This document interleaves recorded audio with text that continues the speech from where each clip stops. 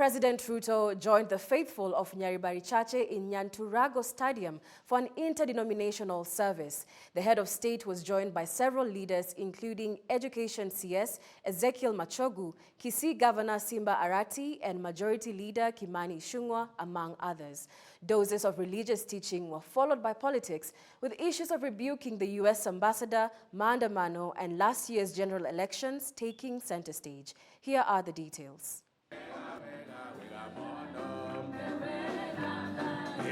The weekend has etched familiar scenes in the minds of Kenyans.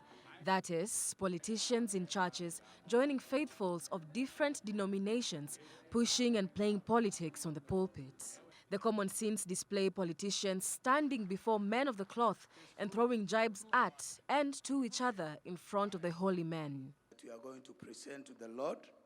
This Sunday was no different as President Ruto returned to Kisii and attended an interdenominational service in Nyanturago Stadium. Together with other government officials, political realignments and rebuke all happened on the podiums, raising the ever-mystifying question of why do politicians love the pulpit and what exactly is the relationship of the church with politics. Addressing the crowd, President Ruto explained that he had no issue with the opposition as they are a critical body for oversighting the government. He chided the opposition against using young people to cause violence during demonstrations by violence. Mimi kabisa sina shida kabisa na ndugu zangu watu wa upinzani. They are a constitutional entity, just like the way we are a constitutional government. So lazima tuheshimiane hapo. Na wanafaa kuendesha kazi yao ya upinzani kulingana na katiba na sheria ya kuchunguza mambo ya serikali, provide oversight, kuhakikisha kwamba mambo hayaendi kombo, tunashirikiana kupigana na ufisadi, tunashirikiana kukwamisha mambo ambayo sio mazuri. Governor Simba Arati seconded his remarks, urging that demonstrations needed to be peaceful and orderly. The governor, during his remarks, vowed to work with the ruling regime, even admitting that President Ruto won the elections, contrary to what Azimio la Umoja coalition, to which he's aligned to, holds. Your Excellency, you are the President of the Republic of Kenya, ambao ulipewa kisu. Sisi hata kama tunapiga kelele to distract you, if you get distracted, we'll blame your regime. Unajua ulitushinda kura, ndio. Ulitushinda.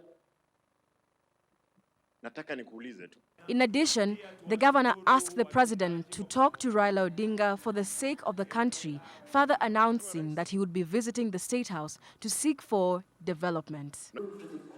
The wounds of rebuking the U.S. ambassador Meg Whitman was scratched afresh as Majority Leader Kimani Ichung'wah threw veiled attacks at the former Prime Minister Raila Odinga. This comes even as bipartisan talks resume on Monday. Among the key issues, the auditing of the 2022 general elections, where leaders are lecturing our diplomatic community. And it is sad when leaders who hold offices, leading parties in our country, lecture our diplomatic community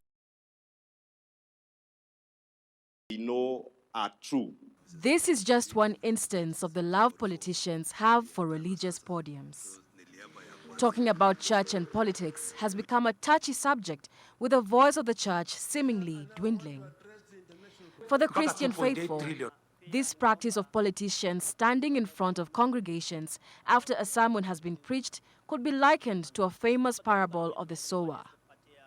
The words that congregations go to listen to get a glimpse of hope, snatched away by politics. What is the solution to this?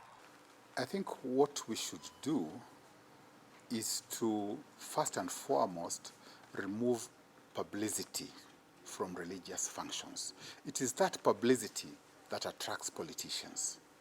It is the same publicity that encourages all sorts of religious charlatans, to the pulpit to try and persuade people that they can perform miracles and have a few people falling around and so on, So to get rid of all these things, we need to